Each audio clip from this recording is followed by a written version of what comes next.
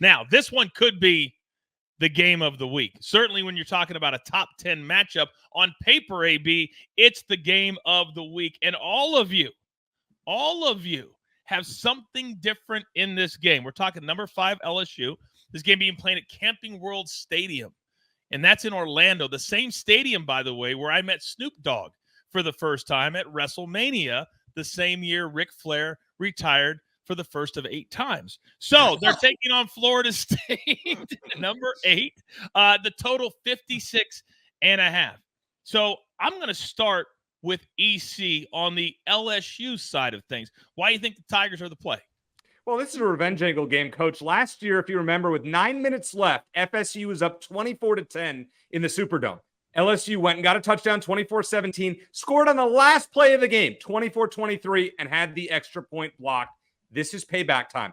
I know you like Florida State. You mentioned that on my Arizona podcast yesterday. You like Florida State, but I'm going to lean LSU. Don't have a big play in this one because the game is in Florida. Obviously, the Seminoles will have an advantage there.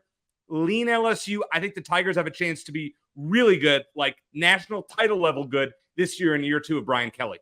The best part about playing a game like this is that no matter if you win or lose, by October, they've forgotten unless you had a big win. It doesn't hurt you as much as if you play this game at the end of October or in November. Hill 2 Top says, FSU, take the points. Chip, tell me why you agree with that on a lean. Yeah, I think that LSU is, number one, not going to be without maybe its second or third best defensive player. Defensive tackle Mason Smith has been suspended for this game for the absolutely dumbest thing I've ever heard in my entire life. He got suspended for an autograph signing that would be perfectly legal in the NIL era, but the NCAA is saying because it didn't happen in the NIL era, he now has to serve a suspension. Oh, it's worse, Coach. He was on the team last year, injured the whole season with an ACL. NCAA said none of those count for your suspension. It has to be a game where you're healthy. It is ridiculous. And after LSU loses, that's what they'll say to the College Football Playoff Selection Committee. Oh, we didn't have Mason Smith. You can't count that game against us. But seriously, there's a lot of personnel issues right now. Denver Harris, the transfer from Texas A&M, part of that secondary, it hasn't really worked out. I haven't really heard a lot of good buzz about him. The secondary in general, a lot of transfer portal additions, not really sure that's come together. And that is bad news going up against Jordan Travis and Johnny Wilson. And oh, by the way, Keon Coleman, the transfer from Michigan State, a guy who NFL scouts say has second-round potential. He just left Sparty after spring practice. Bye, Coach Tuck. I'm going to go to a team that's actually going to compete this year. Jumps onto Florida State. Everything I've heard from Tallahassee is this dude's an absolute stud. This passing attack is going to be a problem. LSU secondary is its team weakness. And as the chat mentioned earlier, John Emery, one of the maybe 2 to 3 big running backs in that rotation, he is not going to be available for team reasons. And so I just think we've got an LSU team that either because of health or because of availability or suspensions, they're just not going to be running at 100%.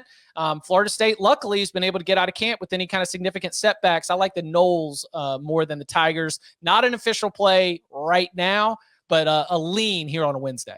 And the Noles are led by a quarterback that if you didn't watch him play last year, Jordan Travis is out of this world. And AB, if you've got a great quarterback in football, that can lead to points.